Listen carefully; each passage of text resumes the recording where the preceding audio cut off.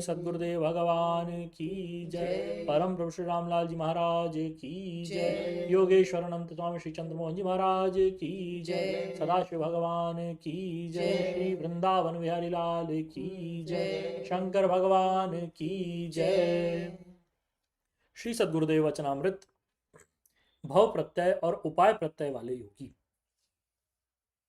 कल हम पढ़ रहे थे कि मनुष्य कर्म करता चला जाए और खुद को योग ध्यान के परायण बनाए रखे तो वह निष्काम कर्म की ओर बढ़ता है। वेद भगवान की आज्ञा है, कुर्वन्नैवेह कर्माणि जिजीविषेत शतम समः। मनुष्य कर्म करता हुआ 100 वर्ष की आयु तक जीने की इच्छा करे। गीता में भगवान श्री कृष्णचंद्र ने साधकों के लिए कर्म की आवश्यकता को बताते हुए कहा है, आरुक्षोर मुनेर योगम कर्म कारणमुच्यते योगारूढ़स्य तस्यैव शमः कारणमुच्यते।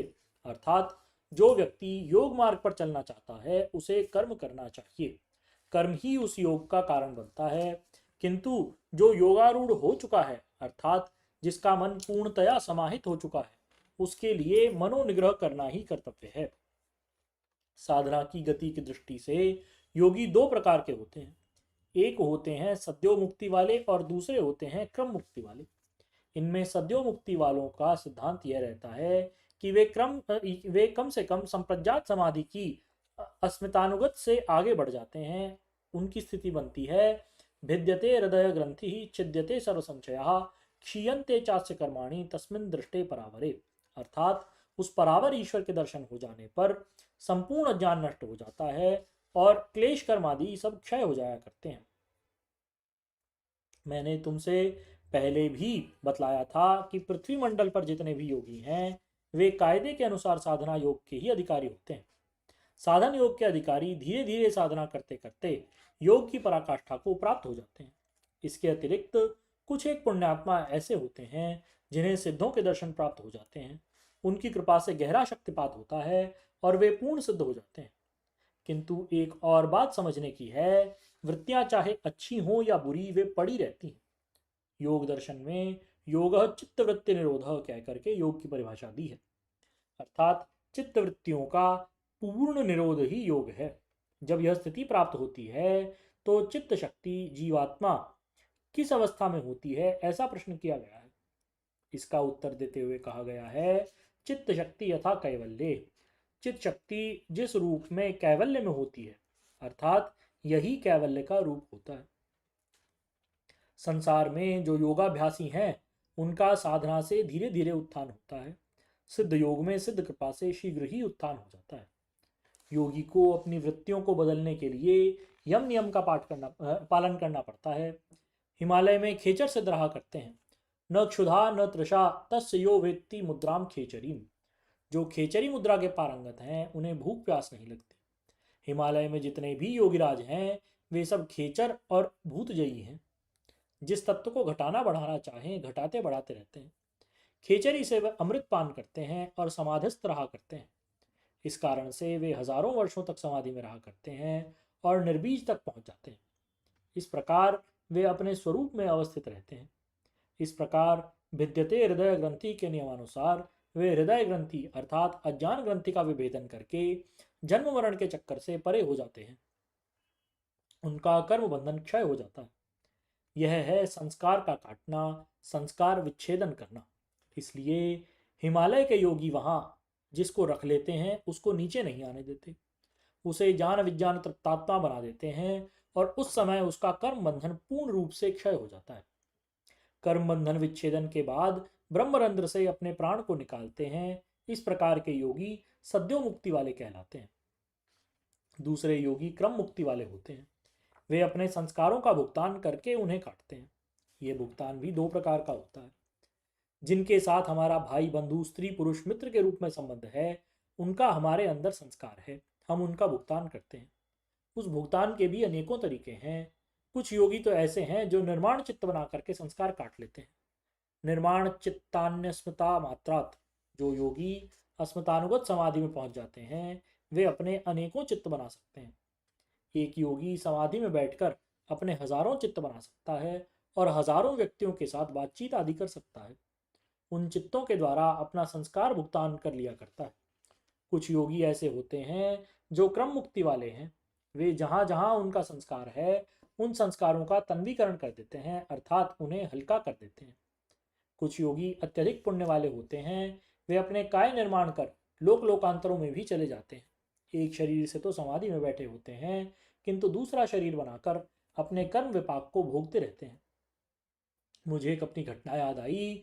एक बार हम हरिद्वार के सामने भगवती चंडी के पहाड़ के पास एकांतवास करने गए। मैं लगभग 5-6 महीने वहां रहा। वहां एक साधु से मेरा परिचय हुआ। जेठ के महीने में एक शाम मेरे कंधे पर एक बड़ा काला बिच्छू चढ़ गया और उस बिच्छू ने और उसने मेरे कंधे पर उस बिच्छू को चढ़ा देख लिया। घबराए स्वर से कहने लगा, महाराज, बड़ा बहुत ही बड़ा बिच्छू कंधे पर चढ़ा है। मैंने धीरे से उसे हाथ से उठा करके दूर फेंक दिया। इस घटना को देख करके वह कहने लगा, आप पर शंकर जी की बड़ी भारी कृपा है, नहीं तो यह बिच्छू काट ले तो आदमी बचता ही नहीं। उस दिन के बाद से वह मुझ में प्रेम मानने लगा। उसने मुझे वहाँ के जंगलों की बहुत सारी बातें बतलाई। उसने बताया कि यहाँ से 8 मील की दूरी पर धर्मकुंड नाम का स्थान स्थान है। वहाँ शंकर भी अपने बैल पर चढ़कर आते हैं। वहाँ 400-500 वर्ष की आयु के साधु आते हैं और सिद्ध लोग कभी कभी सत्संग करते हैं। वह कहने लगा, यहाँ से थोड़ी दूर पर रोहतक का एक गंवार भी रहता है। वैसे तो यहाँ समाधि में बैठा रहता है, स्वर्ग में जाकर के देव कन्याओं के साथ नाचता है। यह भी वैसे सामर्थ्य की बात थी, काय निर्माण से स्वर्ग में जाता था। अस्तु, क्रम मुक्ति वाला योगी पहले इस लोक के संस्कारों को भोगता है, फिर इससे आगे स्वर्ग, पितर आदि आदि लोकों के संस्कारों को काटता है। आखिर संस्कार तो हर जगह के ही होते हैं। हमारे राजनारायण जो नेताजी थे, उनका देहावसान हुआ। अब वह स्वर्गवासी हैं, अब उनका संस्कार वहां का बनेगा।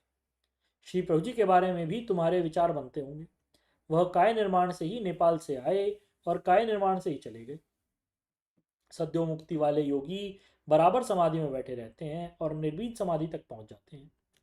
ऐसी अवस्था के अंदर उनके कर्म विपाक और कर्माशय समाप्त हो जाते हैं।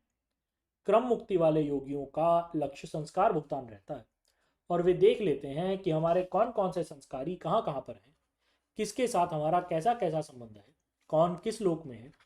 ऐसा सब जानकर उन संस्कारों का भुगतान कर लिया करते हैं। उनके कर्म भुगतान के 2 तरीके मैंने तुम्हें समझाए। एक तो यह है कि काय निर्माण बनाकर जिस जिससे संस्कार है उनके पास चित्त चला जाए, जैसा जैसा संस्कार है वैसा भुगतान कर ले। दूसरा बताया था, वे लोग यदि कोई प्रबल संस्कार होता है तो उसमें वे काय निर्माण कर लेते हैं। एक शरीर जहाँ है वहीं रहता है और दूसरे शरीरों से देवलोक अथवा अन्य कहीं जाकर के काय निर्माण से संस्कार भोग कर लिया करते हैं।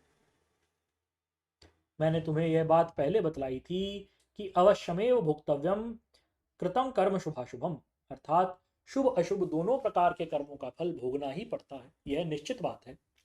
मेरे बड़े गुरु भाई ब्रह्मचारी गोपालानंद जी लोक लोकांतर जाकर ऋषि मुनियों योगियों से गुण लिया करते थे। यह सब वे समाधि के बल से करते थे। किसी के अंतर गुण जानने के 2 तरीके हैं। एक तरीका तो यह है कि उनके सूक्ष्म शरीर का आकर्षण करें। सूक्ष्म शरीर सामने आने पर सारे तथ्य यथार्थ में कह देता है। यदि सूक्ष्म शरीर का आकर्षण न हो सके तो उस हालत में उनके मन में बुद्धि में बुद्धि विलीन करें। ऐसा करने पर उनके मन में जो विचार होंगे वह अपने मन में भी आने लगेंगे। ऋषिकेश की झाड़ियों में केशवानंद अवधूत जल के अंदर खड़े होकर घंटों मंत्र जप किया करते थे। ब्रह्मचारी गोपालानंद जी उनसे वह मंत्र प्राप्त करना चाहते थे, इसलिए पहले तो उन्होंने उनके सूक्ष्म शरीर को खींचना चाहा, किंतु इसमें वे सफल नहीं हुए। इसके बाद उन्होंने उनके मन में मन, बुद्धि में बुद्धि मिलाकर मंत्र जानना चाहा, किंतु क्योंकि वे शक्ति संपन्न महात्मा थे, उन्होंने इनके सूक्ष्म शरीर को अपने में घुसने ही नहीं दिया। दोनों प्रकार के उपाय करने के बाद उन्होंने स्थूल रूप से मंत्र लेना चाहा। स्वामी जी ने मंत्र लिख कर देते हुए कहा, यदि इसे एक बार भी जप लेगा तो तेरी सारी ध्यान की पूंजी समाप्त हो जाएगी। ब्रह्मचारी गोपालानंद जी ने उस कागज को फाड़ कर फेंक दिया। ये सब मेरे सामने की ही बात है। इसी प्रकार से एक बार सिद्ध लोक में श्री गुरु नानक देव के दर्शन किए। वहां उनसे बलाकर्षणी विद्या सीखी। उन्होंने कहा कि अपने गुरुदेव से आज्ञा लेकर के ही इसका अभ्यास करना। विद्या भूल ना जाऊं इसलिए उन्होंने इसी उत्सुकता में जल्दी जल्दी में उस प्राणायाम का अभ्यास किया। परिणाम स्वरूप उनका शरीर फटने लगा। रोते रोते वे प्रभु जी के पास गए और कहने लगे, प्रभु जी यह क्या हो गया, शरीर फटने लगा। इस पर प्रभु जी ने कहा, गोपालानंद, मालूम पड़ता है कि तुमने बलाकर्षणी प्राणायाम किया है। इस विद्या के जानकार तो गुरु नानक देव हैं, तुम इसके बारे में एक बार उनसे पूछ लो। गोपालानंद जी कहने लगे, प्रभु जी, ये मैंने उन्हीं से सीखी थी, किंतु उन्होंने आपसे पूछकर करने को कहा था। मैंने आपसे बिना पूछे ही कर डाला, आप मुझे क्षमा करें। प्रभु जी ने मुझे और मुरादाबाद के एक लड़के कैलाश को उनके शरीर पर कपूर और सिरके की मालिश करने की आज्ञा दी। 2-3 दिन बाद उनका फूला हुआ शरीर ठीक हो गया। मेरे कहने का अभिप्राय एक ही है कि ब्रह्मचारी गोपालानंद जी अपने ध्यान के बल से सिद्धों से गुण और विद्या ले लिया करते थे। अस्तु, इस प्रकार से मैंने भाव प्रत्यय वाले तथा उपाय प्रत्यय वाले योगियों का वर्णन किया है। प्रायः उपाय प्रत्यय वाले योगी ही सब हुआ करते हैं। इसलिए तुम सब श्री प्रभु जी के स्वरूप के सामने बैठकर ध्यानाभ्यास में बैठो। चाहे किसी ने दीक्षा ली हो अथवा ना ली हो, उनके चरणों में बैठोगे, मंत्र जपोगे तो जो जपोगे वही मंत्र हो जाएगा। श्री प्रभु जी परात्पर तत्व हैं, नित्य तत्व हैं। वे अब भी नेपाल में हैं। हम एक बार नेपाल काठमांडू गए थे। वहाँ एक साधु हमारे पास आया प्रसाद मांगने के लिए। कहने लगा, कल मुझे प्रभु जी योग बनी में मिले थे। 6-7 सिद्ध उनके साथ थे। उन्होंने अपने चरण छूने नहीं दिए। उन्होंने कहा, हमारा बच्चा चंद्रमोहन काठमांडू में गौशाला में ठहरा है, तुम उससे जाकर के प्रसाद दो, तुम्हारा काम हो जाएगा। हमने उस महात्मा को पुष्प प्रसाद दिया। वह महात्मा मेरा काम हो गया, मेरा काम हो गया कहते हुए खुश होकर के चला गया। इसलिए नास्ति तत्वम गुरु परम, गुरुदेव से आगे कोई नहीं। प्रभु जी ने आकर के हमको पराविद्या दी है, इसलिए मन लगा करके ध्यानाभ्यास में बैठो। जो प्रयत्न करेंगे श्री प्रभु जी उनकी अवश्य ही सहायता करेंगे। बस सभी को आशीर्वाद। बोलिए श्री सद्गुरुदेव भगवान की जय। परम प्रभु श्री रामलाल जी महाराज की जय। योगीराज अनंत स्वामी श्री चंद्रमोहन जी महाराज की जय। सदाशिव भगवान की जय। श्री वृंदावन बिहारी लाल की जय। शंकर भगवान की जय। हर हर महादेव।